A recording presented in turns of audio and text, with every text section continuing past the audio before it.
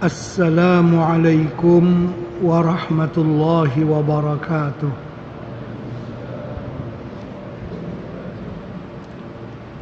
Bismillahirrahmanirrahim. Ila hadratin nabiyil mustafa rasulillah sallallahu alaihi wasallam wa ila kafatil anbiya'i wal mursalin wa ila jami'il muslimina wal muslimat wal mu'minina wal mu'minat syai'un lillah lahumul fatihah. A'udzu billahi minasy syaithanir rajim. Bismillahirrahmanirrahim. Iyyaka na'budu wa iyyaka nasta'in.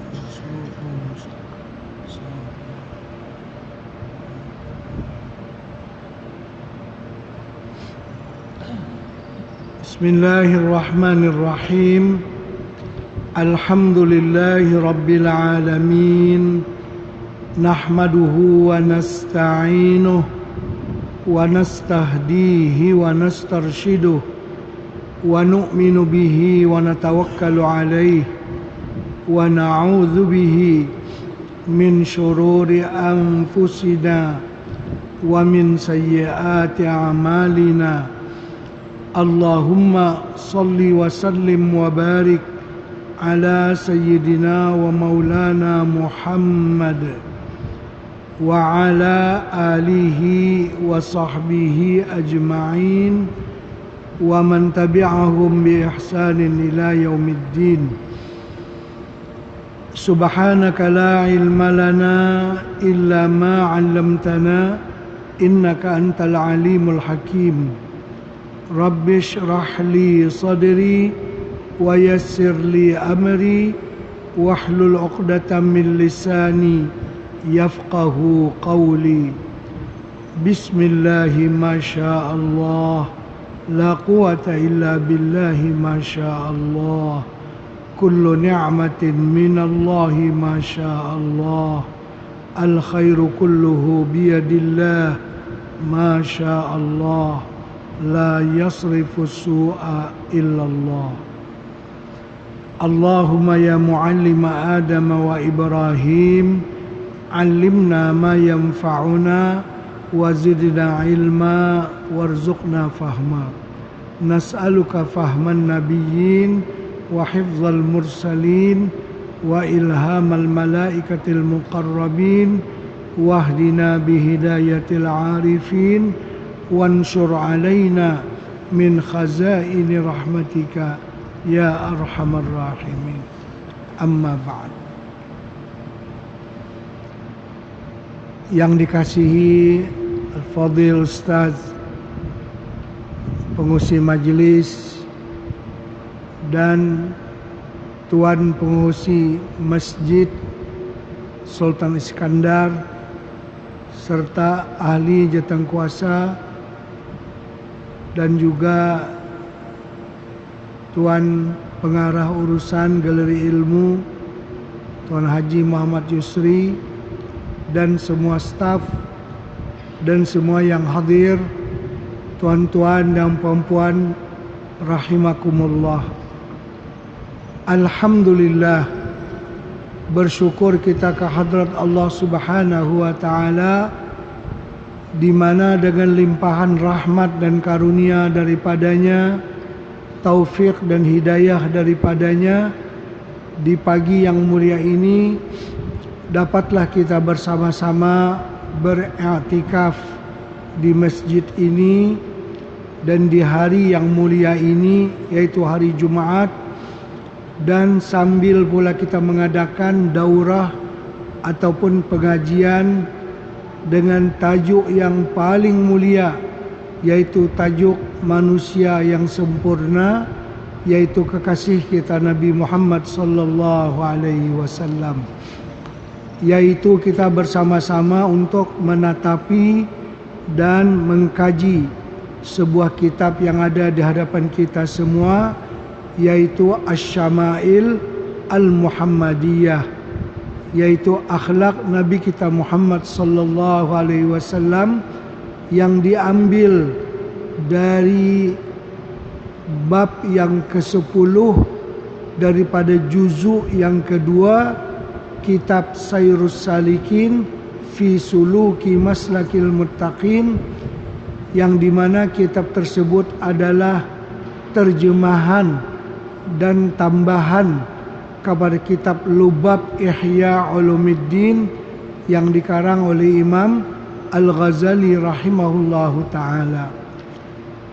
Adapun kitab Sayrus Salikin itu sudah sangat dikenali di Nusantara ini, dibaca di mana-mana, kitab yang sangat banyak berkahnya. Jadi Syama'il Muhammadiyah yang ada di hadapan kita ini adalah disadur, diambil daripada bab yang ke-10 tadi, kitab Sayrus Salikin juzuk yang kedua. Mengenai Syekh Abdul Samad Al-Falimbani, rasanya sudah dikenali oleh kita semua. Tidak perlu saya lagi memperkenalkan siapa beliau. Walaupun ada tertulis di sini riwayat hidup Imam Al-Ghazali rahimahullahu ta'ala dan juga riwayat hidup Syekh Abdul Samad Al-Falimbani. Jadi untuk memulakan daurah kita, kita langsung sahaja tengok muka surat 1 ya. Muka surat 1, pengenalan.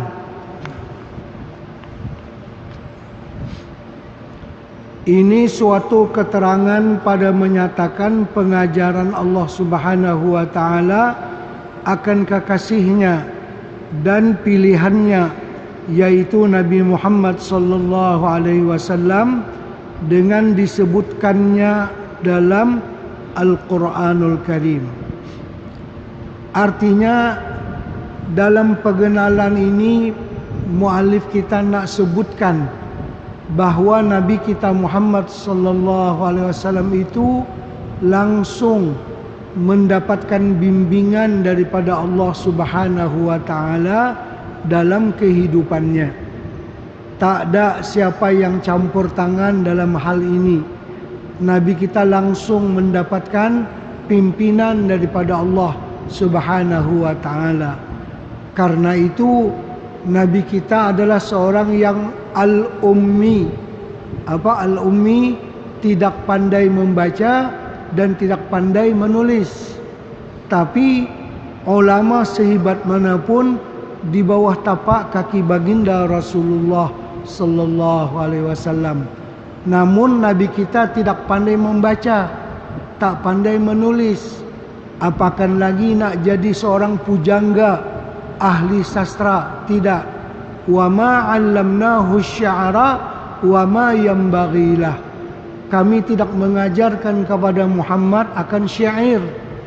Beliau bukan seorang penyair, bukan seorang pujangga. Kalau Nabi kita pandai membaca, pandai menulis, apakan lagi seorang pujangga, nanti orang akan berkata bahwasanya Al-Quran itu adalah olahan Muhammad. Tetapi apabila Nabi kita sebagai seorang yang ummi, tak pandai baca, tak pandai tulis, artinya Al-Quran itu semata-mata wahyu yang turun daripada Allah Subhanahu wa taala. Karena Nabi kita sallallahu alaihi wasallam seorang yang tak pernah berguru kepada siapapun di dunia ini. Bahkan termasuk di antara kesempurnaan,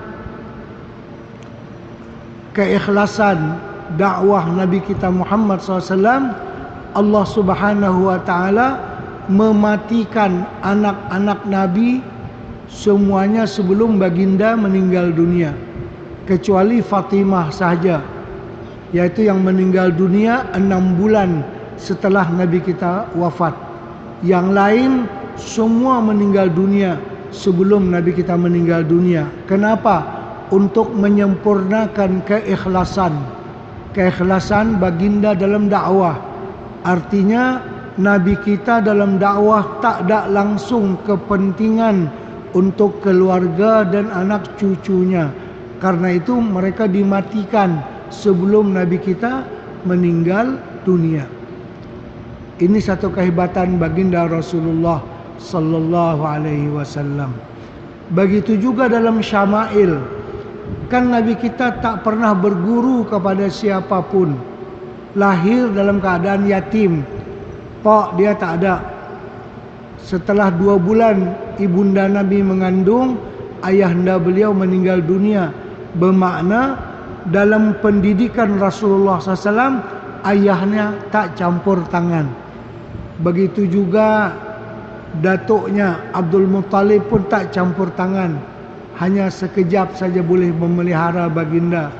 Bahkan Nabi kita dipelihara oleh bapa saudaranya yang bernama Abu Talib, yang dalam banyak riwayat disebutkan bukanlah beliau itu orang yang bersyahadah karena tidak masuk Islam. Kan artinya Nabi kita dipelihara oleh orang-orang yang tidak berkepentingan kepada dakwahnya dan orang yang tidak berkesan kepada dakwah Nabi kita sallallahu alaihi wasallam. Karena itu Nabi kita bersabda, "Adabani Rabbi fa ahsana ta'dibi." Yang mengajarkan aku adab ialah Allah. Tak ada campur tangan siapapun daripada kalangan keluargaku sendiri ataupun daripada siapapun guru aku. Nabi kita tidak pernah berguru kepada siapa. Artinya murni ilmu ataupun wahyu yang datang kepada baginda Rasulullah itu turun daripada Allah Subhanahu wa taala, bukan ada campur tangan manusia siapapun. Nah, ini yang dikatakan bahwasanya Allah taala yang mengajarkan adab kepada baginda Rasulullah sallallahu alaihi wasallam. Kata Imam Al-Ghazali rahimahullahu ta'ala, i'lam annahu kana kasirat dhara'ati wal ibtihali daimas su'ali minallahi ta'ala ayyuzayyinahu bimahasinil adab wa makarimil akhlaq. Artinya ketahui ilmu bahwasanya Nabi sallallahu alaihi wasallam adalah dia banyak merendahkan diri dan banyak berdoa kepada Allah Subhanahu wa taala, padahal sentiasa berkekalan dia memohon kepada Allah taala bahwa memperhias ia akan dia dengan adab yang baik dan perangai yang baik. Maksudnya Nabi kita sendiri sentiasa berdoa, tak putus-putus memohon kepada Allah supaya Nabi dikaruniakan akhlak yang baik. Artinya atas permintaan Nabi kita sallallahu alaihi wasallam dan juga anugerah yang turun daripada Allah Subhanahu wa taala. Ini menepati bagaimana nak menghasilkan sesuatu. Kata Imam Al-Ghazali rahimahullahu taala, kalau kita nak mendapatkan sesuatu, hendaklah kita sentiasa berdoa dan berusaha. Misalnya kata beliau, kalau seseorang dikejar oleh harimau, berdoalah minta kepada Allah supaya dia selamat daripada harimau yang mengejar dia. Pada masa yang sama, kaki dia kena jalan lah. Itu sebagai satu ikhtiar. Nabi kita SAW memohon kepada Allah Ta'ala supaya diberikan kepada beliau akhlak yang tinggi. Dan beliau pun orang yang menjaga dirinya daripada akhlak yang buruk. Sama sekali tidak pernah berlaku, walau satu pun tidak ada akhlak yang buruk kepada diri Nabi kita Muhammad SAW, sama ada sebelum ataupun sesudah menjadi Rasul. Itu namanya Nabi kita seorang yang ma'sum.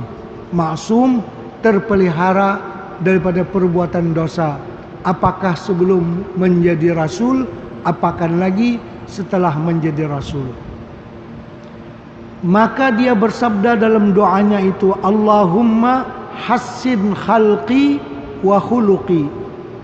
Wahai Tuhanku, baikkanlah olehmu akan kejadian diriku dan perangaiku. Kedua-duanya diminta oleh Rasulullah SAW. Ya Allah, jadikan aku orang yang paling baik ciptaan badannya dan orang yang paling baik akhlaknya. Jadi di dunia tak ada seorang pun yang ciptaan badannya lebih baik daripada Rasulullah sallallahu alaihi wasallam. Sehingga Nabi Yusuf sekalipun, Nabi Yusuf dikatakan utia syatral hasan. Beliau dianugerahkan separuh kecantikan Rasulullah sallallahu alaihi wasallam. Baik waktu Nabi Yusuf dianugerahkan separuh kecantikan Rasulullah, berlaku di zaman Nabi Yusuf perempuan-perempuan yang menyaksikan wajah Nabi Yusuf lalu mereka terpotong tangan, bukan memotong buah yang ada di tangan mereka. Sedangkan cerita yang macam tu tak ada pun pada baginda Rasulullah sallallahu alaihi wasallam. Kenapa dikatakan Nabi kita lebih indah ciptaan badannya daripada Nabi Yusuf? Sedangkan tak ada pun cerita di kalangan para sahabat yang terpotong tangannya karena menyaksikan kecantikan Rasulullah sallallahu alaihi wasallam. Para ulama mengatakan Nabi Yusuf laksana bulan, Nabi kita Muhammad SAW laksana matahari. Bulan karena cahayanya slow, kita boleh tengok dan kita boleh perhati itu bulan apa. Macam ada orang tua bungkuk dalam bulan. Tapi matahari, walaupun hari yang gelap macam ni, yang kelam-kelam, kabus-kabus macam ni, kita tak boleh menatap matahari karena cahayanya sangat kuat. Jadi Nabi Yusuf boleh ditatap wajahnya karena cahayanya seperti bulan. Cahayanya adalah kurang dibanding dengan cahaya matahari. Dan kalau kita perhatikan nanti dalam kitab ini sendiri, orang-orang yang meriwayatkan kecantikan wajah Rasulullah itu hanya daripada sigharus sahabah, sahabat yang kecil-kecil, sahabat yang muda-muda.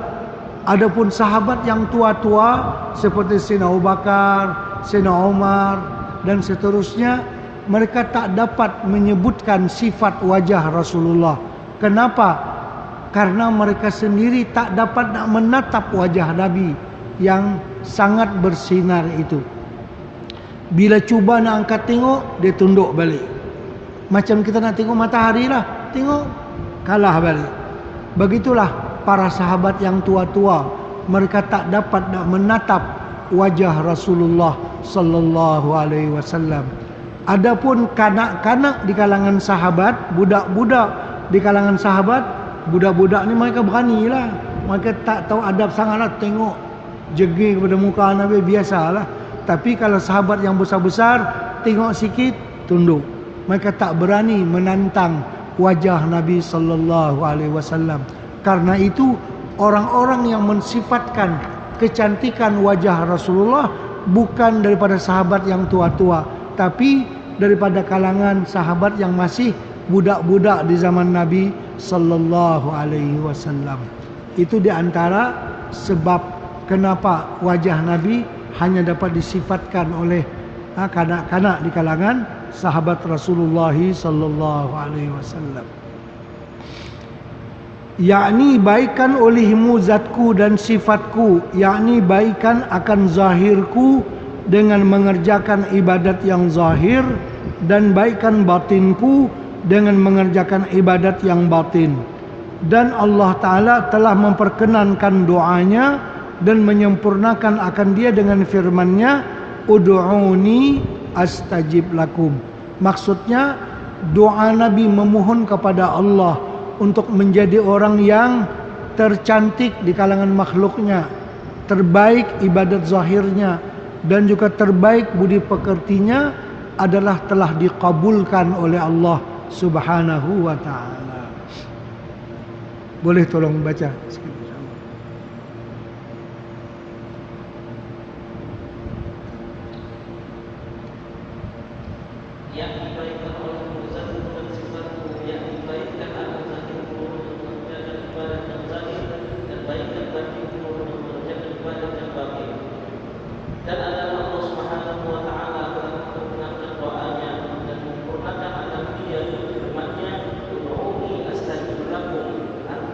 Minta oleh doa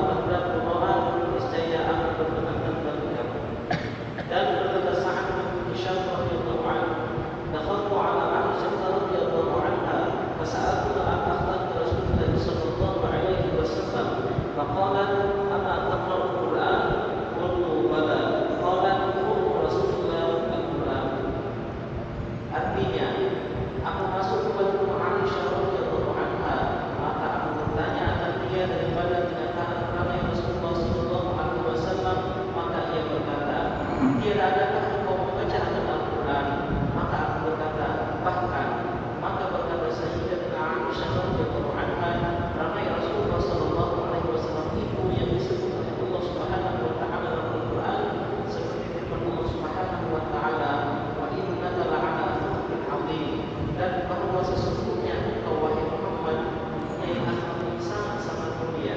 Baik, jadi di sini disebutkan si Sa'ad bin Hisham bertanya kepada Siti Aisyah tentang akhlak Rasulullah.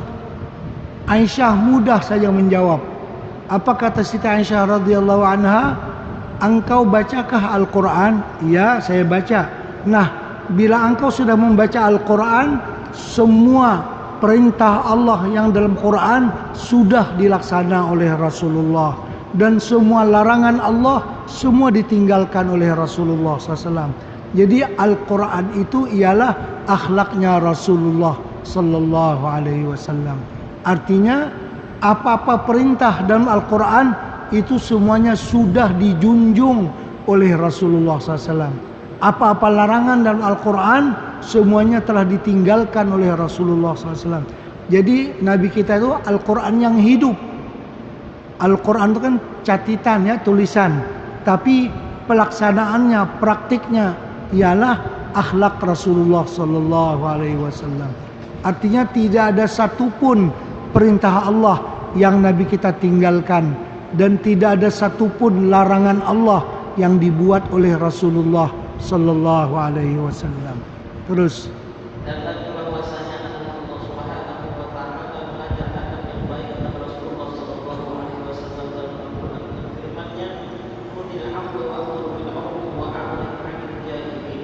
Artinya, maafkan olehmu wahai umat akan kesalahan umatmu, dan suruh olehmu agar dia berbuat kebajikan, dan berpaling engkau daripada pekerjaan orang yang jahil.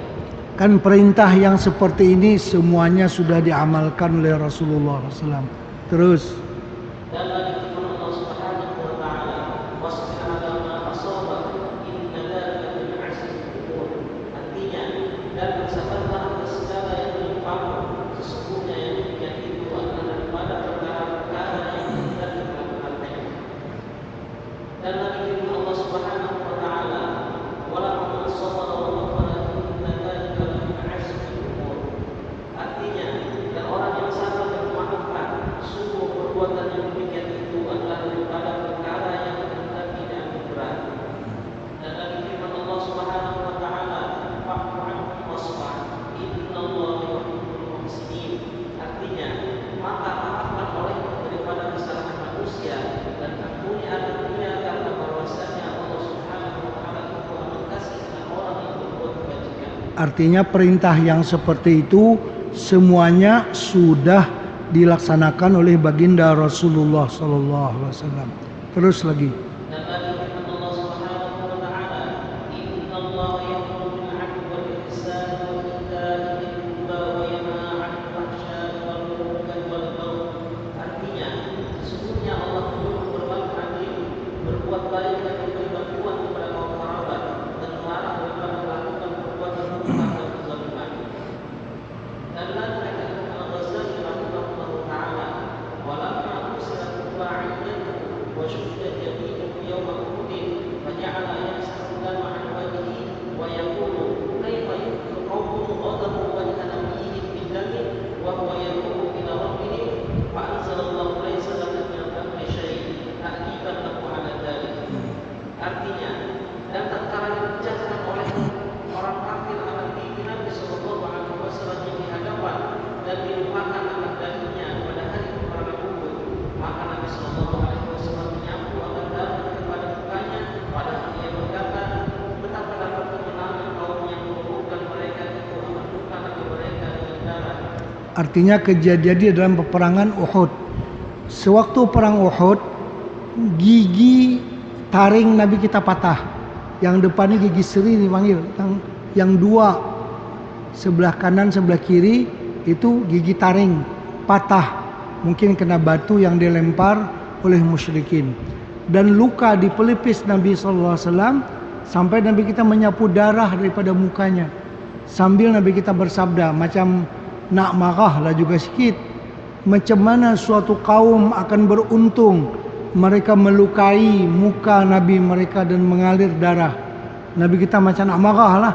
Macam mana nak berjaya suatu kaum kalau muka Nabi mereka berlumuran darah daripada perbuatan mereka.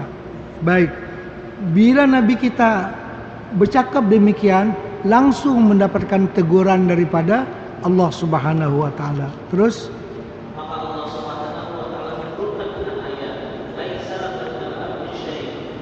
Engkau tidak berhak sedikit pun wahai Muhammad dalam urusan orang-orang yang ingkar itu. Dan adalah ayat ini firman Allah Subhanahu wa taala kepadanya karena mengajar ada orang yang baik. artinya ayat ini turun yang pertama sekali ditegur ialah Nabi kita sallallahu alaihi wasallam. Wahai Muhammad, urusan mereka nak dapat hidayah itu bukan urusan engkau, itu urusan kami, urusan Allah. Engkau jangan campur tangan, engkau teruskan berdakwah, jangan marah-marah macam itulah. Maksudnya sedikit sahaja kalau Nabi kita ada tersimpang, itu langsung ditegur oleh Allah Subhanahu wa taala. Termasuk juga dalam perang Uhud tersebut, setelah paman Nabi yang bernama Hamzah bin Abdul Muttalib terbunuh, dibunuh oleh Wahsy, dan perut Hamzah dibelah oleh Hindun, diambil hati Hamzah. Langsung Hindun pun yang makan krup krup krup krup. Dia bernazar nak makan hati Hamzah, karena Hamzah pembunuh pak dia masa perang Badar sebelumnya. Dia marah sungguh kepada Hamzah. Nabi kita pun marahlah karena tengok bapa saudaranya dicincang oleh kaum musyrikin. Nanti kalau aku menang sekali lagi, jaga, aku akan cincang kamu juga. Marah Nabi kita. Maka turun ayat, wasbir wa ma sabruka illa billah wa la tahzan alaihim wa la taku fi dhaiqim mimma yamkurun. Sabarlah, sabar. Nabi berkata, aku sabar, aku sabar. Tak jadi cadang nak mencincang, tak jadi. Aku sabar. Maknanya kan turun ayat daripada Allah Ta'ala membimbing baginda Rasulullah Sallallahu Alaihi Wasallam. Baik, dalam peperangan Uhud itu juga, apabila Sayyidina Umar mengetahui perbuatan Hindun, Hindun ini istri Abu Sufyan, ya, yang mencincang dan membelah perut Hamzah. Sayyidina Umar marah sungguhlah, nak bunuh kepada siapa? Hindun. Marah sungguh. Kalau aku jumpa lah dia, aku nak bunuh terus. Pasal apa? Bapa saudara Nabi dia buat macam tu, ya kan? Maka turun ayat, kadzalika kuntum min qablu famannallahu alaikum. Kamu pun dulu macam itulah juga, cuma hidayah lebih awal kamu dapat. Kamu dulu Umar macam itulah juga. Siapa yang belasah adik sendiri? Fatimah, adik Sayyidina Umar. Siapa yang membelasah adik? Yang melukai adikmu dulu siapa? Ya Umar. Masa tu dia tak dapat hidayah lagi daripada Allah Subhanahu wa taala. Kadzalika kuntum min qablu. Kamu pun dulu apa lainnya macam itulah juga. Famannallahu alaikum. Lalu Allah memberi nikmat kepada kamu dengan masuk Islam. Kan dalam sejarah akhirnya si Hindun ni masuk Islam. Dan insya-Allah ahli syurga lah dia, sahabat Rasulullah sallallahu alaihi wasallam. Yang kita ni tak ketahuan lagi syurga kau, mudah-mudahan boleh syurga lah. Hindun insya-Allah confirm dia boleh syurga. Pasal dia sahabat Rasulullah sallallahu alaihi wasallam. Itulah kalau jadi Umar bunuh pada hari itu, kesianlah kepada Hindun. Maksudnya Al-Quran ini turun mengajarkan kepada Rasulullah dan juga mengajarkan kepada sahabat Rasulullah SAW akan akhlak yang mulia. Terus, yakni yakinkanlah kau sabar ya Muhammad, sebab disakiti oleh orang kafir itu, dan jangan kau segera marah dengan ikhtiarmu, dan hanya sesungguhnya pekerjaan itu sekalian yang akan Allah Subhanahu wa taala.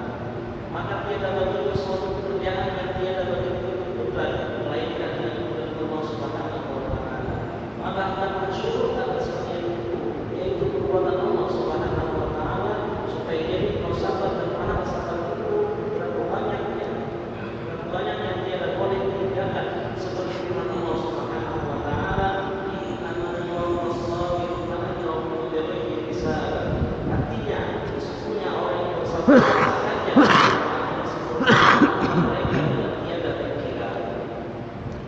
Maksudnya di sini Nabi kita disuruh sabar dan syuhud. Syuhud itu menyaksikan bahwasanya ini semuanya perbuatan Allah Subhanahu wa taala. Dia mentadbirkan alam ini. Si Wahsy bunuh Hamzah. Hamzah masuk surga lah. Nanti Wahsy dia masuk Islam. Dia dibunuh oleh orang lain. Wahsy pula masuk surga. Macam itulah. Jadi ini semuanya adalah daripada perbuatan Allah. Kata Syekh Abdul Samad Al-Falimbani dalam kitab Hidayatus Salikin, bila sesuatu pekerjaan yang seperti ini berlaku, katalah seperti yang berlaku penindasan kepada umat Islam yang ada di Palestin. Kita mesti menata hati kita dengan dua cara. Cara yang pertama, karena itu adalah perbuatan Allah Subhanahu wa taala, kita kena rida, kita kena syuhud. Ini semuanya ada hikmah yang dikehendaki oleh Allah, kita kena terima.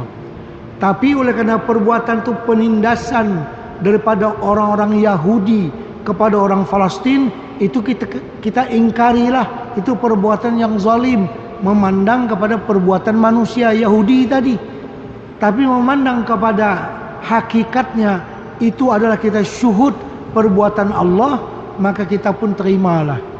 Jadi macam mana kita nak menatakan hati demikian?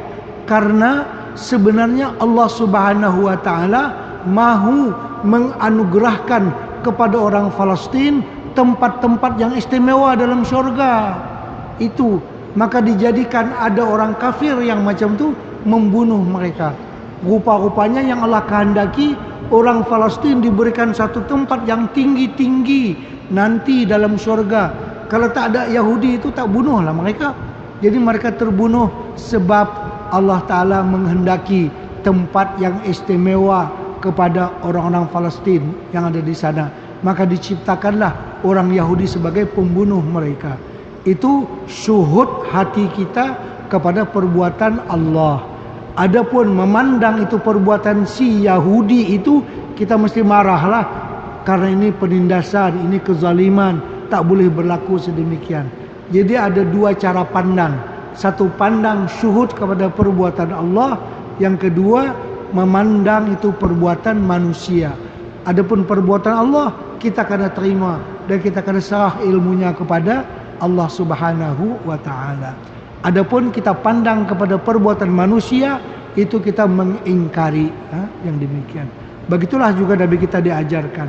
Terus Kemudian maka berkata pula Imam Al-Ghazali rahimahullah taala, wa alam anna misla hadhihi al-ayat fil Qur'an katsiratun wa huwa al-maqsud al-awwal min ta'kid wa tahdid thumma yashmulu ala al-khalqi. Artinya, ketahui olehmu bahwasanya yang pertama beberapa ayat ini yang pertama setelah ayat yang bersifat dalam itu yaitu dalam Al-Qur'an amat banyak, dan yaitu Rasulullah sallallahu alaihi wasallam itu pertama-tama yang dipasarkan oleh Allah Subhanahu wa taala mengajar agar dia akan berakal yang baik dan membersihkan agar dia. Kemudian maka daripada yang terbitlah pancar nur Al-Qur'an itu ke atas segala makhluk sekalian. jadi begitulah cara Al-Quran. Al-Quran pertama sekali yang dia tuju dengan ayatnya itu ialah kepada diri baginda Rasulullah sallallahu alaihi wasallam. Setelah itu baru daripada nur yang ada pada baginda kepada umatnya seluruhnya kita pun dapat. Adapun tujuan pertama ayat-ayat Quran itu ditujukan kepada baginda Rasulullah SAW. Kita setelah daripada itu. Terus Maka adalah pertama-tama mengajari dalam Al-Quran itu bagi Rasulullah sallallahu alaihi wasallam. Kemudian daripadanya maka sampai mengajarkan anak itu kepada makhluk sekalian. Dan demikian lagi tiap-tiap suruhan Allah Subhanahu wa taala kehendaknya itu pertama kepada Rasulullah sallallahu alaihi wasallam, kemudian sampai kepada umatnya dan kepada sekalian makhluk. Dan sabda Nabi sallallahu alaihi wasallam, "Bumistu li utammima makarim al-akhlaq." Artinya, Imam kita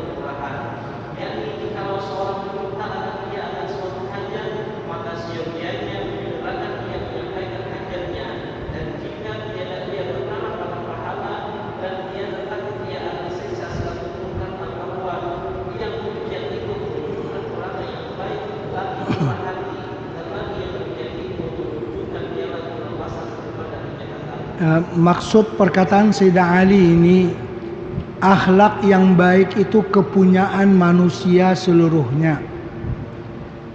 Kalau orang tak Islam pun sepatutnya berakhlak yang baik. Apakan lagi orang-orang Islam yang ada contohnya daripada kehidupan Rasulullah sallallahu alaihi wasallam. Jadi masalah kemanusiaan, masalah bertimbang rasa kepada manusia yang lain, yang ni dalam masyarakat antara bangsa pun ada, tak mesti orang Islam. Kalau orang Islam lebih-lebih lah kena ada, karena ada contoh daripada akhlak baginda Rasulullah sallallahu alaihi wasallam. Jadi dia kata kalau ada orang minta tolong kat kita sesama muslim, itu secara kemanusiaan pun kita kena tolong. Apakan lagi nak dibanding dia adalah seagama dengan kita, bersaudara dengan kita, lagilah kena tolong. Dan contohnya pun sudah ada daripada kehidupan Rasulullah sallallahu alaihi wasallam. Terus Maka ditanyai orang bernama Sayyidina Ali radhiyallahu anhu, adakah engkau benar akan cerita ini daripada Rasulullah sallallahu alaihi wasallam?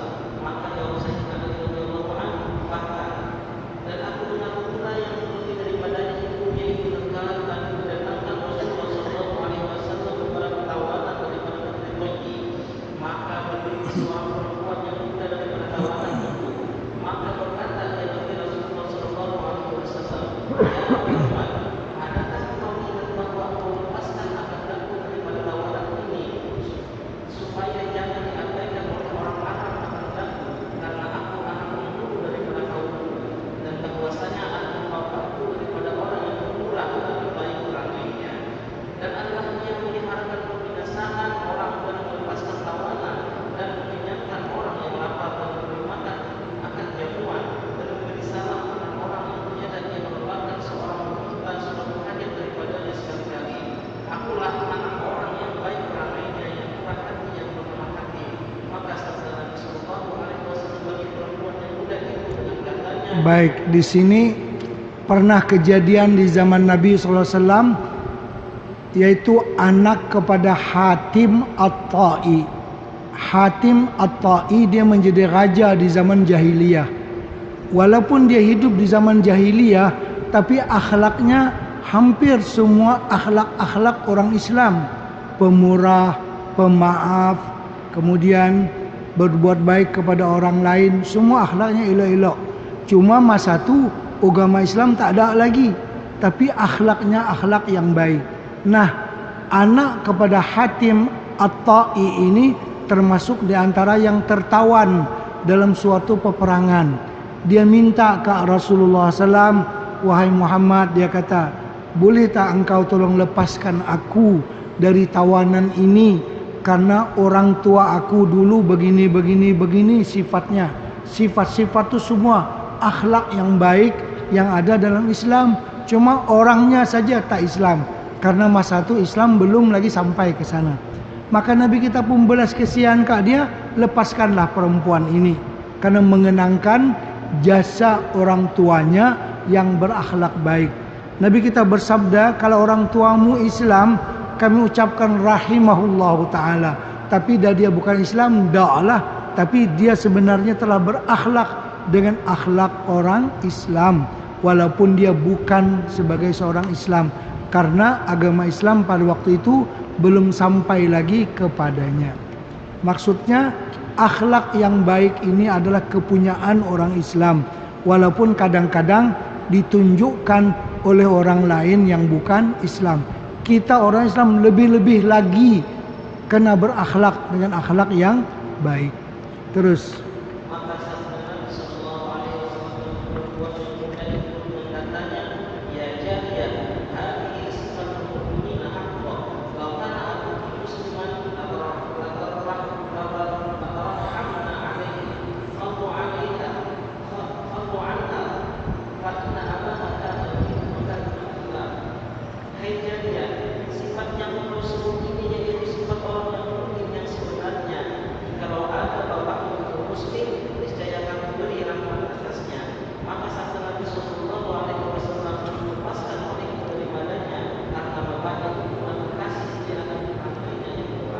Artinya kebaikan akhlak ayahnya memberi syafaat kepada anaknya tadi.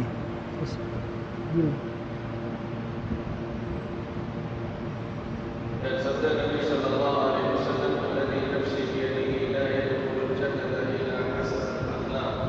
Artinya demi Tuhan yang menjadikan dia akan diriku dengan kudratnya, dia akan masuk akan surga itu melainkan orang yang baik perangai. Artinya orang yang masuk surga itu hanya orang-orang yang baik perangainya, yang baik akhlaknya. Terus Dan sabda Nabi sallallahu alaihi wasallam, "Inna Allah ta'ala hafa al-Islam bi makarim al-akhlaq wa mahasin al-a'mal." Artinya bahwasanya Allah Subhanahu wa taala menjadikan Islam itu dengan perangai yang baik dan amal yang kebajikan. ya.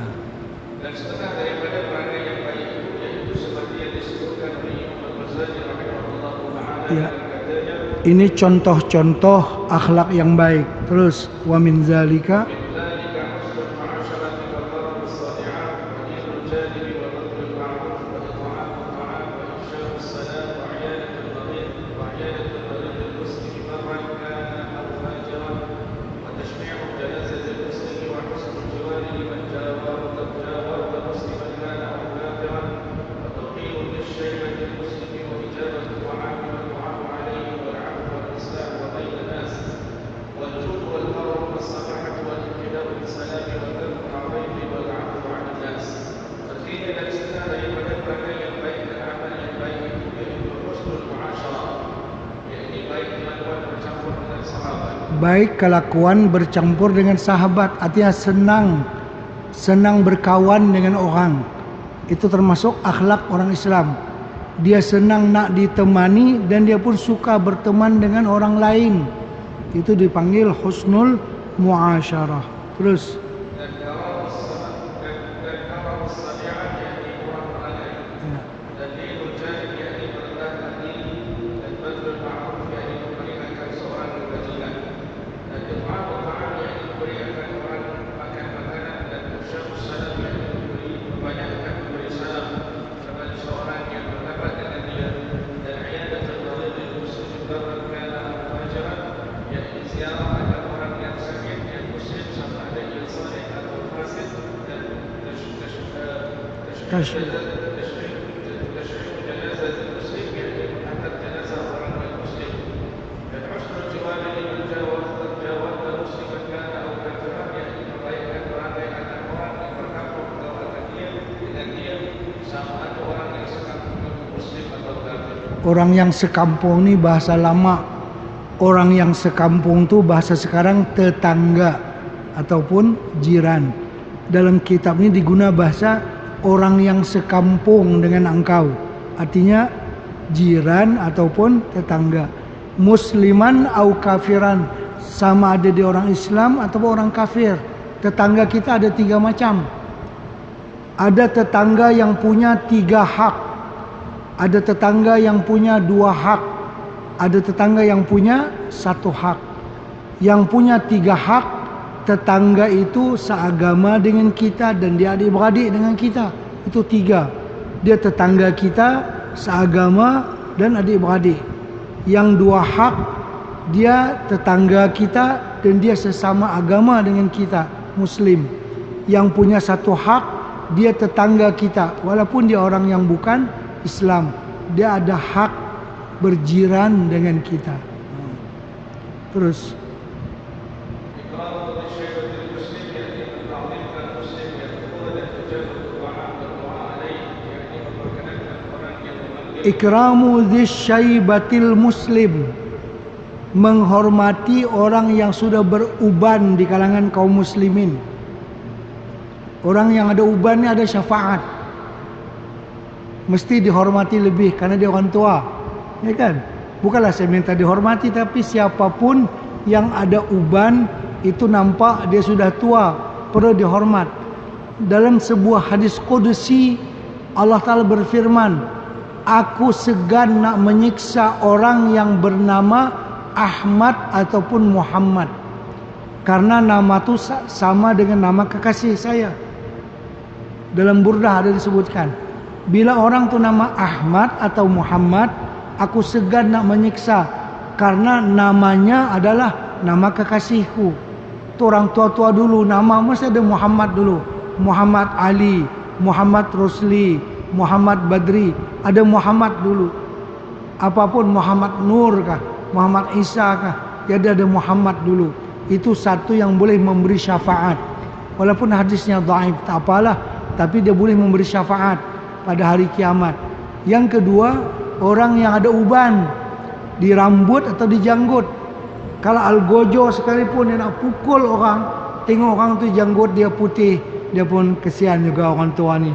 Banding dengan seorang anak muda yang masih kuat, yang masih ganteng, itu bahasa Jakarta ya, yang masih gagah, itu dia nak tibai pun bagi kuat-kuat apa. Tapi bila orang tua dah janggut pun putih, rambut pun putih, dia rasa kesian tu, ada jugalah rasa kemanusiaan. Jadi itu pemberi syafaat. Jadi elok menghormati orang yang sudah mempunyai janggut ataupun rambut yang putih. Terus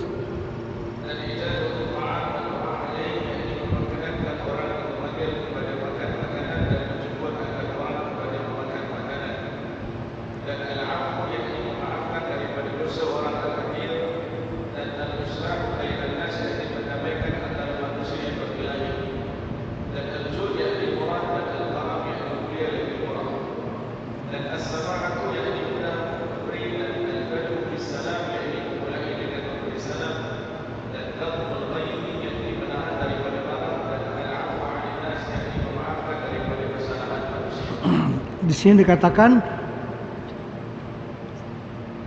kazmul ghaiz. Kazmul ghaiz, menahan marah. Orang Islam bukan tak boleh marah, tapi dia tahan marah, dia kawal marah dia. Marah pada tempatnya macam tu. Jadi kazmul ghaiz, dia kontrol marah. Ada masanya dia elok marah, ada masa dia tak payah marah. Yang jadi masalah ni marah si dia. Yang tu dia tak elok lah. Jadi bahasa Al-Quran, wal kaziminal ghaiza, orang yang menahan akan marah. Wal afina anin nas, dan dia maafkan orang yang salah tadi. Bukan dia tahan marah tapi dia dendam, tapi dia tahan marah dan dia maafkan orang. Baik, Rasulullah SAW pun macam tu. Apabila ada orang yang menyakiti diri pribadi baginda, baginda tak marah, maafkan. Tapi bila yang diganggu itu agama atau hukum Allah yang diganggu, Nabi kita akan marah. Jadi marahnya karena Allah, bukan marahnya karena diri sendiri. Terus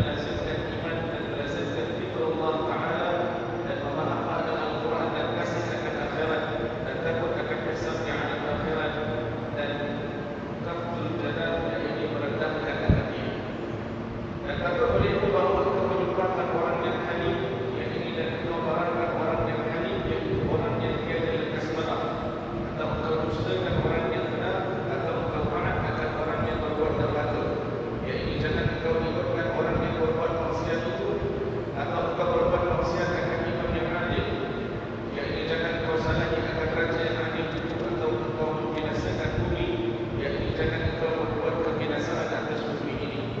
Dan aku berpesan agar engkau tidak takut akan Allah dengan kulli hajarin, yakni pada tiap-tiap batu, wa'inda kulli syajarin, yakni dan pada tiap-tiap kayu, wa'inda kulli nadarin, yakni pada tiap-tiap tanah yang keras, dan memperbaharui pada tiap-tiap dosa itu akan taubat, sama ada dosa itu yang sia-sia dengan taubat itu sir, dan dosa yang zahir dengan taubat yang zahir. Ya. Tadi kita disuruh beradab ya, wahata kepada kayu, batu dan yang lain-lain benda-benda yang beku.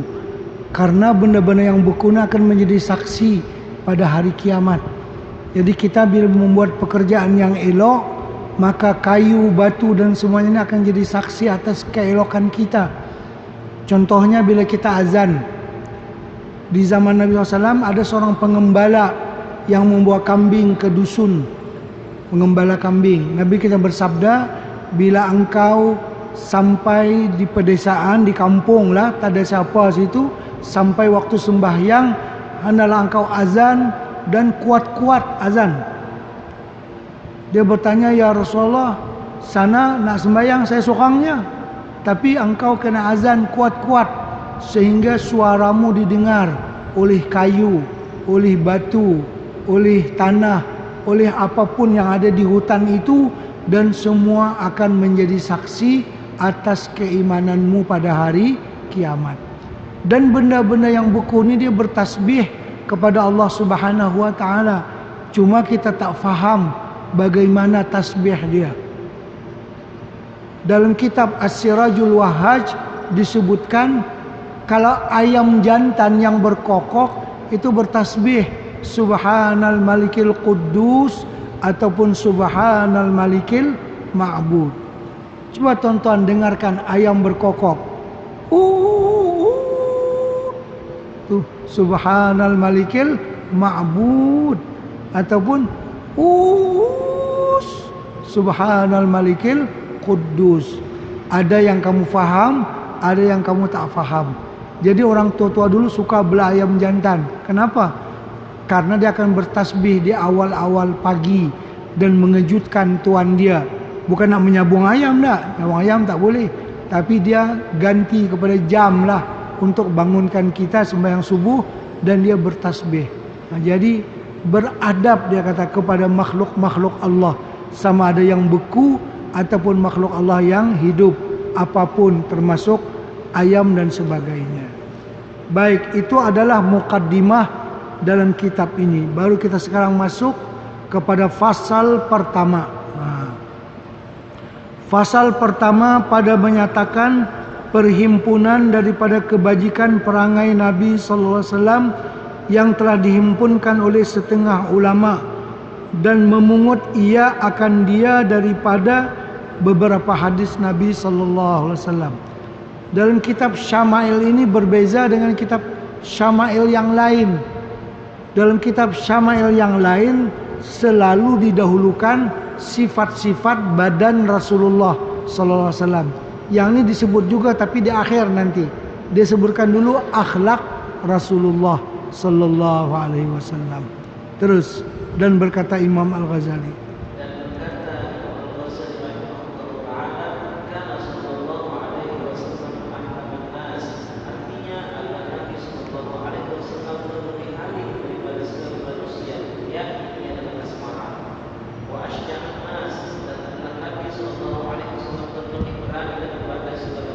orang yang paling berani Nabi kita SAW, tapi orang yang lambat marah. Sampai Sayyidina Ali bin Abi Thalib radhiyallahu anhu yang bergelar dengan Asadullahil Ghalib, singa Allah yang menang. Itu Sayyidina Ali menyebutkan bila peperangan berkecamuk, kami tengok di mana Rasulullah sallallahu alaihi wasallam. Bukan nak tolong, nak tumpang berlindung. Kan dalam peperangan, bila kita duduk dekat dengan orang yang berani, kita rasa aman lah daripada serangan musuh. Karena depan kita orang berani, kita boleh tumpang berlindung di bawah dia. Kata Sayyidina Ali, bila peperangan berkecamuk, kami tengok Rasulullah di mana. Bukan nak tolong, kami nak tumpang berlindung dengan Rasulullah SAW. Karena kami merasa aman kalau berada di sekitar Rasulullah SAW. Itu yang Nabi kita dikatakan asja'an nas, orang yang paling berani melawat musuh. Sampai panglima-panglima seperti Sayyidina Ali pun nak tumpang berlindung di bawah Nabi kita sallallahu alaihi wasallam. Terus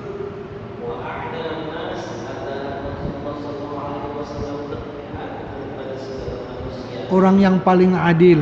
Terus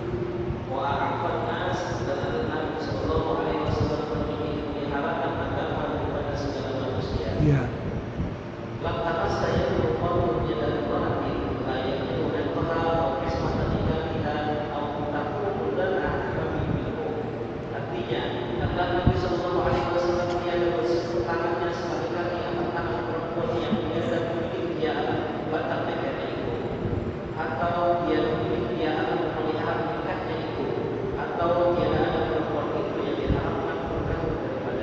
Artinya Nabi kita tak pernah bersentuhan dengan orang yang bukan mahramnya, yang bukan istrinya, ataupun yang bukan hambanya.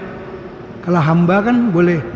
Lain pada itu, tangan Nabi tak pernah menyentuh perempuan yang helat. Yang helatnya ajnabiyah, perempuan yang bukan istrinya, bukan mahramnya, ataupun bukan hamba yang dia miliki. Tak pernah sekalipun tangan Nabi kita bersentuh dengan perempuan yang tadi. Artinya warak sungguh lah. Nabi kita tak pernah menyentuh perempuan yang bukan halal bagi dia. Terus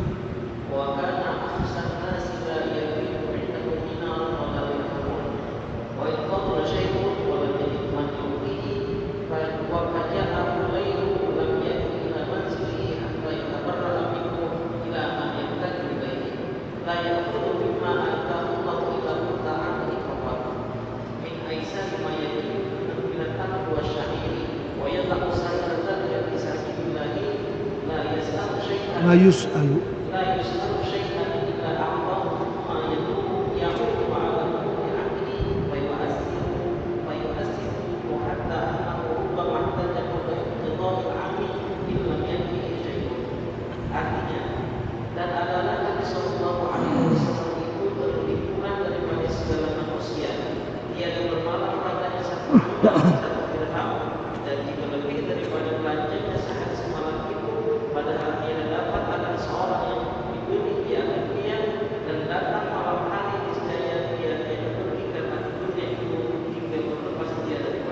Maksudnya Nabi kita SAW tak pernah menyimpan duit.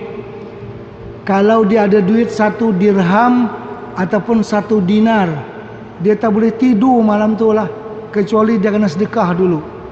Baik tuan-tuan, kan dalam kitab lama disebutkan 1 dirham, 1 dinar. Berapa nilainya? Mudah saja. Nilai 1 dirham itu ialah seharga 1 kilo daging. Daripada zaman dulu lagi, 1 dirham itu nilai seharga 1 kilo daging. Berapa daging 1 kilo? Lebih kurang 30 ha? 30. Kita di Kedah 30. Saya pun tak tahulah di Johor yang berapa. Lebih kurang 30 lah. Bermakna 1 dirham itu nilai 1 kilo daging, yaitu 30 ringgit. Kalau orang bersedekah 10 dirham, artinya bersedekah 300 ringgit lah. Orang bersedekah 1000 dirham, berapa? 30.000 lah. Macam tu. Nak membayangkan makna dirham. Adapun dinar itu duit emas. 1 dinar adalah 12 dirham. Kalau dirham tadi 30 ringgit, 1 dinar 12 kali 30 ringgit, berapa? 360. Jadi orang bersedekah 1 dinar artinya bersedekah 360 ringgit. Bersedekah 10 dinar, dia bersedekah 3.600. Dia bersedekah 100 dinar, berarti dia bersedekah 36.000. Senang kira macam itulah, membayangkan nilai dirham dan dinar pada zaman dahulu itu. Nah, jadi Nabi kita tak boleh tidur kalau ada duit 1 dinar ataupun 1 dirham, artinya 30 ringgit ataupun 360 ringgit, sehingga dia sedekah dulu duit itu. Dia tak sedekah lagi, dia tak boleh tidur malam tu, dia rasa beban. Kalau kita tak ada duit, tak boleh lena pula, kita terbalik. Nabi kita ada duit, dia tak boleh tidur sampai dia sedekahkan duit tersebut. Terus padahal tiada dia mengambil harta yang mendatangkan Allah Subhanahu wa taala akan dia, melainkan sekadar makannya dan akhirnya setahun juga daripada yang lebih mudah yang didapatinya daripada kurma dan syair. Nabi kita pernah menyimpan makanan 1 tahun. Makanan cukup 1 tahun daripada kurma dan gandum. Makan setahun lah. Macam padi bubur dalam jelapang lah, kita kan macam itulah. Tapi bukan tiap tahun, dan bukan semua keluarganya. Istrinya yang kurang kuat keimanannya dan tawakalnya, itu yang Nabi kita simpankan baginya makanan untuk 1 tahun. Itu paling banyak yang pernah dia simpan. Makanan, bukan duit. Makanan itu daripada korma ataupun daripada gandum. Dan bila ada orang minta, dia tak pernah tolak. Orang minta tak pernah tolak, dia bagi juga lah yang itu juga, sehingga kurang makanannya. Nabi kita tak pernah menolak permintaan orang yang meminta. Kalau dia ada, dia bagi. Kalau dia tak ada, dia buat macam mana? Dia kata, wahai Bilal, engkau bawa orang yang minta ni ke kedai si Anu, bagi dia beli apa yang dia nak, nanti aku bayar bila aku ada duit. Itu cara dia memberi di masa dia duit tak ada. Dia suruh Bilal bawa orang yang meminta itu ke kedai runcit lah. Apa yang dia nak, bagi dia ambil, nanti aku bayar. Itu maksud dia tak pernah menolak permintaan. Pernah pada suatu hari seorang perempuan ahli menenun kain, dia tenunkan kain khusus untuk Rasulullah SAW. Cantik sungguh. Nabi kita pun pakailah hari itu, pertama kali pakai. Ada sahabat berkenan, ya Rasulullah, boleh bagi kat saya tak kain ni? Nabi kata boleh, nanti habis majlis aku bagi pada engkau. Padahal Nabi kita baru pakai sekali itu saja. Dan orang tu minta, Nabi kita pun bagilah. Tapi lah tak boleh buang lagi lah. Habis majlis nanti aku bagi pada engkau. Selesai majlis, Nabi kita buang kain tu, bagi kat kawan. Sahabat jangan pakai marah lah ke dia. Kenapa engkau minta? Orang tu kan tenunkan kain khas untuk Rasulullah. Dan engkau sudah tahu Rasulullah takkan pernah menolak orang yang meminta. Dia kata, jawapan dia lah, aku meminta bukan nak pakai hari-hari. Dia kata, aku nak pakai, aku nak simpan supaya menjadi kain kafan aku bila aku mati. Akhirnya benar menjadi kain kafannya. Maksudnya itu pakaian yang khas orang tenunkan untuk Nabi SAW. Elok-elok untuk Nabi. Tapi orang minta, dia bagi juga lah. Masya Allah, dia tak pernah menolak permintaan daripada orang yang meminta. Terus. Maka menaruhkan dia atas segala harta yang lebih daripada demikian itu berjalan berbuat kebaikan kepada Allah Subhanahu wa taala, dan tiada meminta seorang akan sesuatu melainkan memberi dia dan seorang daripada itu makanan yang ada padanya. Maka kembali dia mengambil akan makanan yang mencukupi setahun itu. Maka memberi dia akan orang yang berhajat pada pertengah itu daripada makanan yang harusnya itu. Jadi tak cukup setahun jugalah. Ada orang minta, Nabi kita bagi jugalah yang disimpan tu. Terus. Hingga barangkali terhadap dia kepada makanan tahu daripada lalu tahunnya itu jika dia datang kepada dia sesuatu. Ya. Wa kana yahsulu nahda wa yarfa'u dawma wa yahsulu min hati wa yanfa'u lahma ma'ahu. Dan adalah Nabi sallallahu alaihi wasallam itu terkadang menjadi anak kasut yang kurus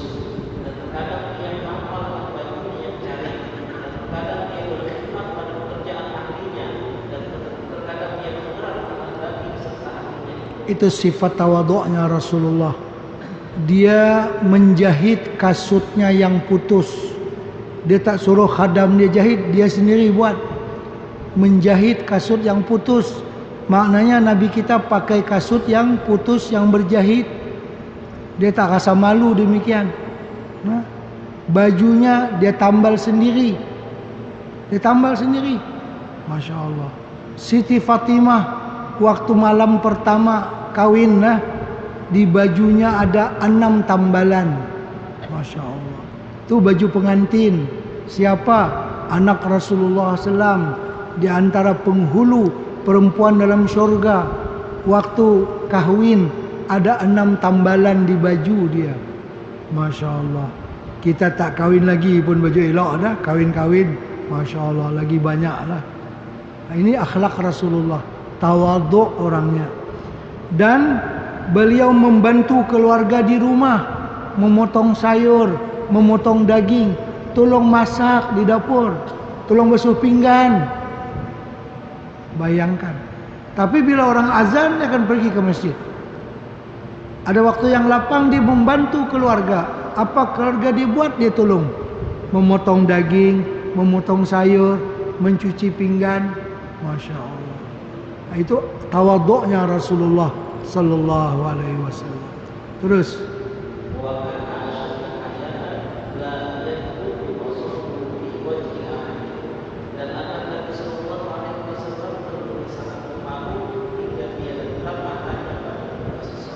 dia tak mampu memandang seseorang dengan tajam. Dia pandang sikit, betul dia pun tunduk. Orang pun tunduk. Itu sangat tawadhu. Bukan jegi mata pada orang tengok macam marah. Tak. Tapi dia hormat kepada orang lain. Terus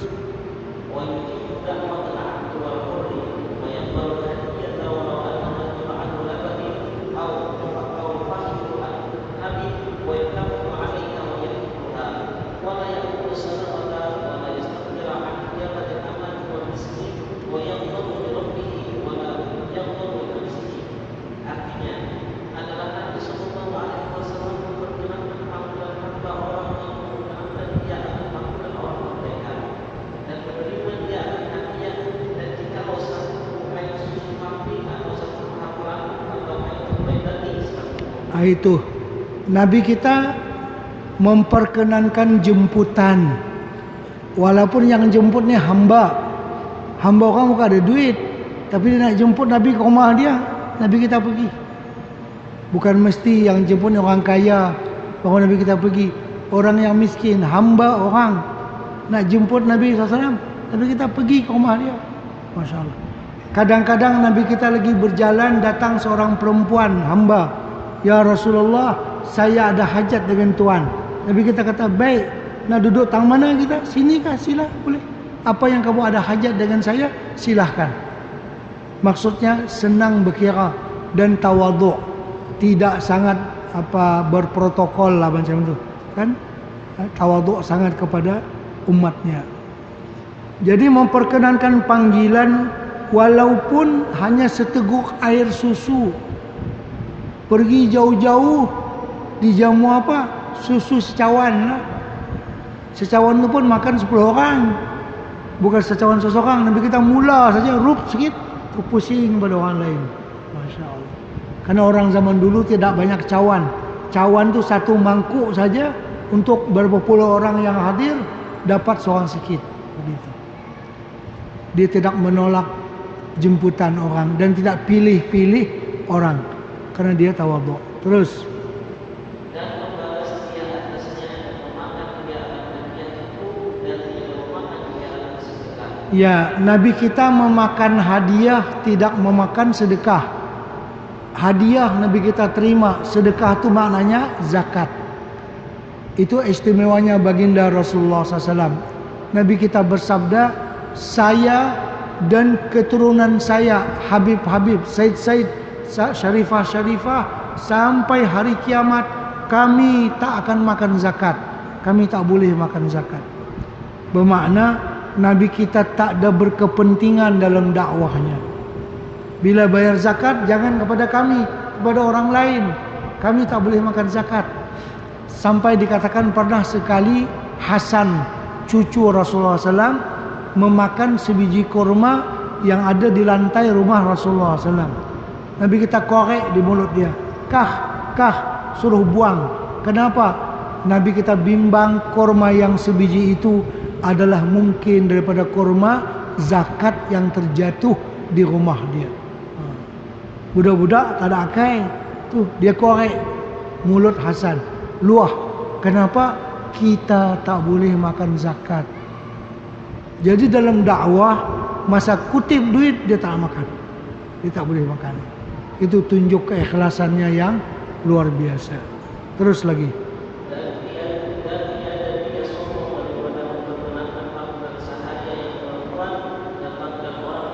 Ya, dia tak sombong, pergi.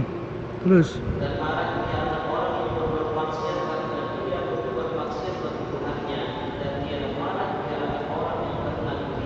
Iya.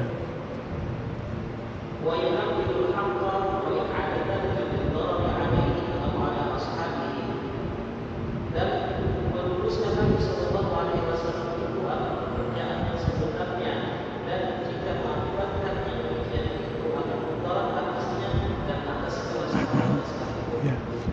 Artinya Nabi kita meluluskan yang baik, walaupun bila diluluskan tu dia nak kena bayar kah atau sahabatnya nak kena bayar pun tak apalah, tak boleh macam mana, itu satu prosedur yang benar. Terus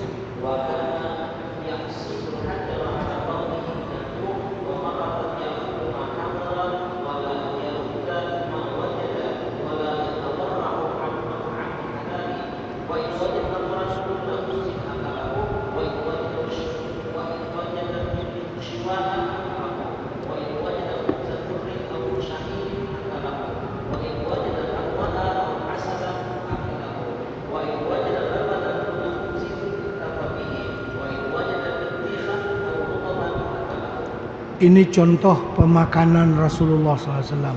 Terus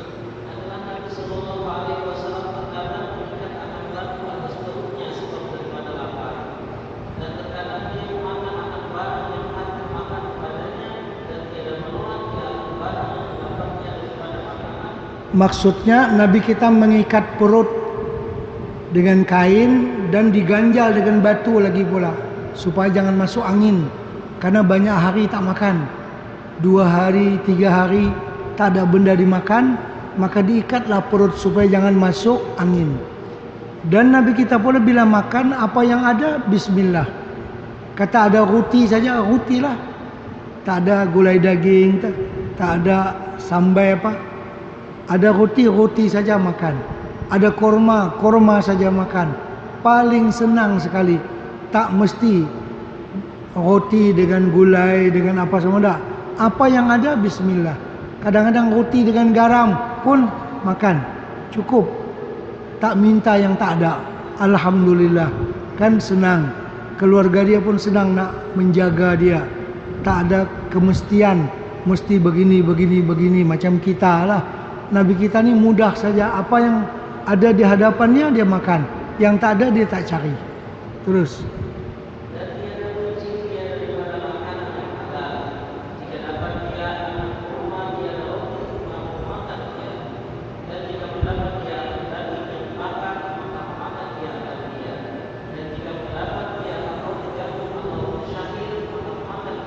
Roti gandum tu roti gandum yang baik. Roti syair tu gandum yang nombor 2, gandum yang kurang baik ya. Terus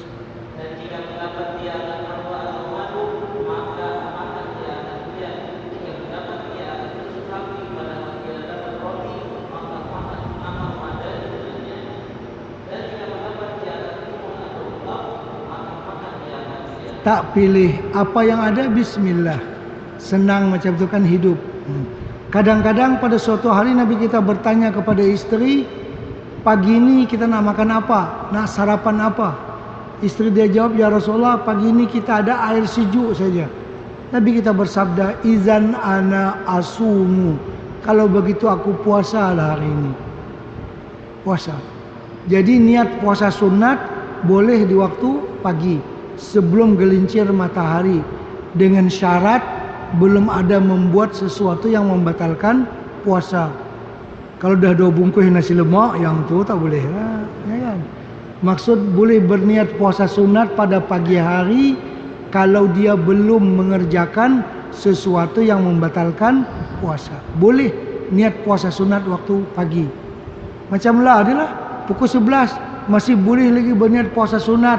Syarat mulai pagi tadi tak makan apa lagi lah. Boleh. Boleh. Kalau puasa wajib, itu wajib tabyitun niyah, memalamkan niat. Artinya berniat di waktu malam. Itu kalau puasa yang wajib. Ramadan ataupun nazar ataupun qadha, itu wajib berniat di waktu malam. Adapun puasa sunat boleh berniat di waktu pagi sebelum gelincir matahari, tapi tadi dengan syarat belum ada sesuatu yang membatalkan puasa. Terus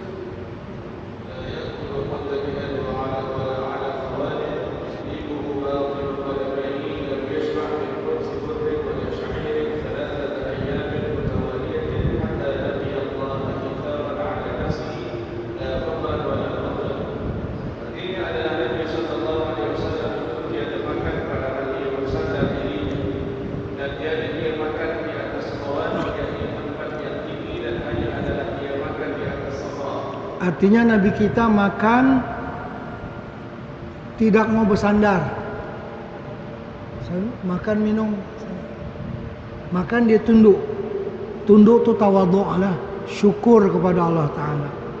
Kalau makan bersandar macam ni, dengan bangga diri, dengan apa semua ada. Jadi dia makan tidak mau bersandar, tapi dia tunduk. Dan dia tidak mau makan di atas meja. Meja tu tak ada di zaman sahabat, meja makan tak ada. Bukanlah kata salah makan atas meja. Dia tidaklah salah, tapi dia bila makan atas meja boleh lajak. Ada. Kalau makan duduk, perut kita terlipat, jadi tak boleh masuk banyak. Atas meja ni buh banyak, gelak-gelak sekali lagi boleh tambah lagi, ya kan? Atas meja. Tu yang Nabi kita kalau makan, lutut dia satu naik ke atas kan. Nak bagi terkepit perut, bagi jangan banyak makan. Yang kita makan atas meja ni, buang apa tali pinggang pula, lagi banyak boleh masuk lah. Masya Allah. Itu daripada mensedikitkan makan baginda Rasulullah. Terus. Dan adalah satu harinya itu 2 tapak kakinya, dan dia dikenyang dia daripada makan roti gandum, dan dia dikenyang daripada roti syair dan roti yang kasar 3 hari berturut-turut hingga mendapat dia akan Tuhannya. Itu hadis Siti Aisyah. Nabi kita tidak pernah kenyang 3 hari berturut-turut. Habis-habis 2 hari ya betul-betul kenyang. Hari ketiga tak ada makan. Dan Nabi kita SAW bila makan siang, hari ini makan siang, malam tak makan dah. Bila makan malam, siang esok tak makan dah. Masya Allah. Nabi kita tu makannya sedikit. Yang kita sikit-sikit makan. Tu lain maknanya tu. Nabi kita makan sedikit, yang kita sikit-sikit makan. Ni pagi tadi makan, nanti pukul 11 makan pula, lepas Jumaat makan pula, makan sedia. Terus. Dan dia dikenyang daripada roti syair dan roti yang kasar 3 hari berturut-turut hingga mendapat dia akan Tuhannya, Allah Subhanahu Wa Taala, yang ingin dia wafat. Dan adalah yang demikian itu kerana melebihkan orang lain atas dirinya, yakni dia mengurangkan makan dengan ikhtiarnya, bukan sebab waktu dan bukan sebab dia. Bukan Nabi kita kikir, kedekut, tidak. Itu melebih bagi orang yang kenyang. Dia lapar, macam melebihkan orang lain. Tak apa, biar orang lain kenyang, aku lapar. Macam tu. Padahal Nabi kita kalau berdoa kepada Allah, ya Allah, bagilah aku hari-hari makan nasi mandi, boleh. Takkan doa Nabi tak makbul. Tapi saja tak nak ambil yang tu. Hidup sederhana macam ni yang bagus. Kalau Nabi kita nak minta nasi biryani hari-hari, boleh. Gulai kambing hari-hari, boleh. Apa yang menghalang dia? Tapi sengaja dia adalah karena zuhud dan memilih hidup yang sederhana. Terus.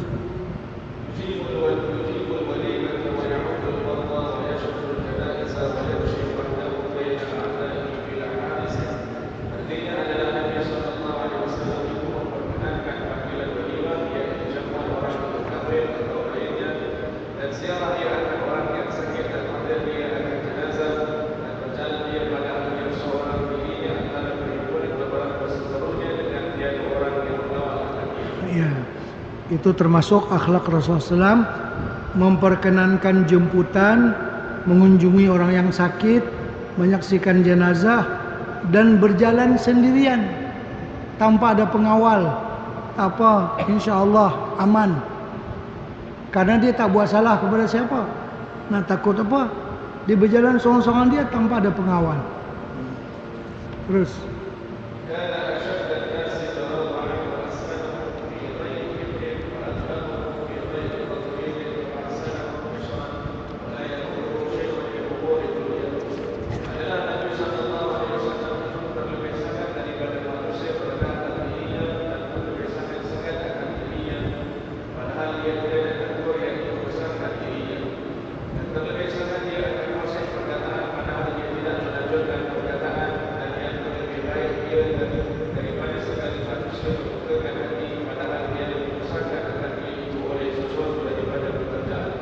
artinya dunia tak dapat memikat hati Rasulullah SAW. Artinya dunia ni tak dapat menipu Rasulullah SAW. Kenapa? Karena dunia pun diciptakan karena dia.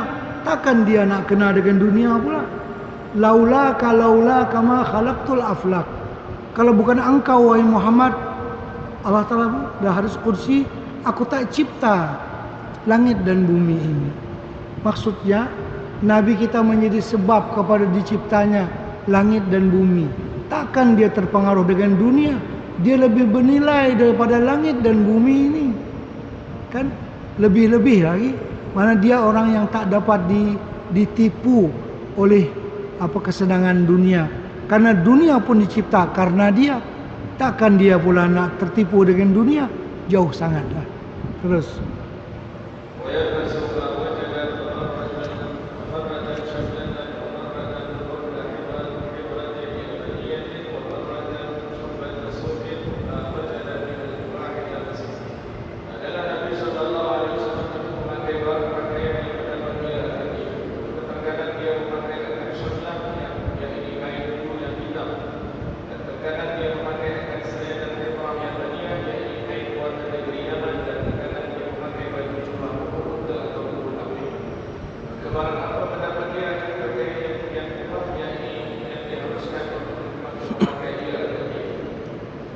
artinya di segi pakaian, apa yang ada dia pakailah, tak memilih, tak mesti pakaian tu macam tu saja. Apa yang ada, pakaian yang kasar kah, yang lembut kah, jubah kah, syamlah, syal kah, dia pakailah apa yang ada di hadapannya. Dia tak memilih sangat mesti kain yang macam ni untuk dia pakai, tak ada. Apa yang ada dia pakai. Terus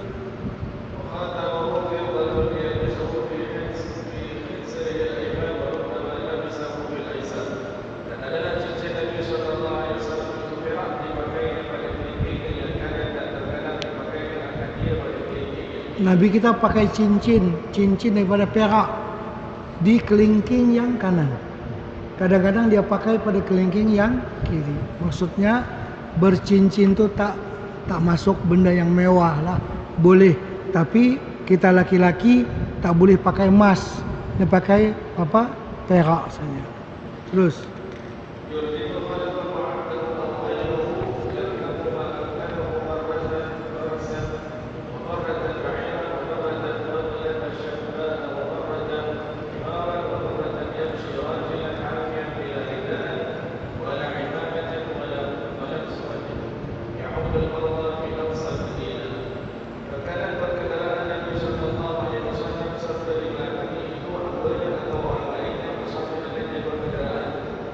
artinya Nabi kita memboncengkan orang lain, bukan seorang-seorangnya. Berkendaraan, orang lain tumpang di belakang pun tak apa. Terus Dan terkadang perkendaraan Nabi Sallallahu Alaihi Wasallam itu akan kendaraan barang yang didapatnya akan dia, terkadang dia berkendaraan kuda, dan terkadang barang yang pernah bersyabbat, dan terkadang keledai, dan terkadang dia berjalan kaki, dengan dia memakai kasut, dan dengan dia berselendang. itu dia. Apa yang dapat, ada kuda, ada bagal, ada himar, ada onta, apa yang ada bismillah dia dipakai. Tak mesti satu kendaraan yang mewah macam tu. Apa saja kendaraan dia pakai. Kadang-kadang tak berkasut pun dia pergi juga. Macam tu. Kaki ayam lah panggil. Kan? Terus. Dan tiada bersopan dan tiada berkopian dan terkadang dia pergi melihat orang sakit pada tempat yang sampai jauh dari negeri. Sandal pun tak pakai. Maksudnya sederhana sangat kehidupannya. Dah pukul 11, tuan-tuan, kita berhenti dalam 15 minit. 11 suku kita masuk balik, insyaAllah. Sampai 12 suku nanti, insyaAllah. Kita berhenti takat tu dulu, insyaAllah. Sementara nanti pukul 11 suku kita masuk balik.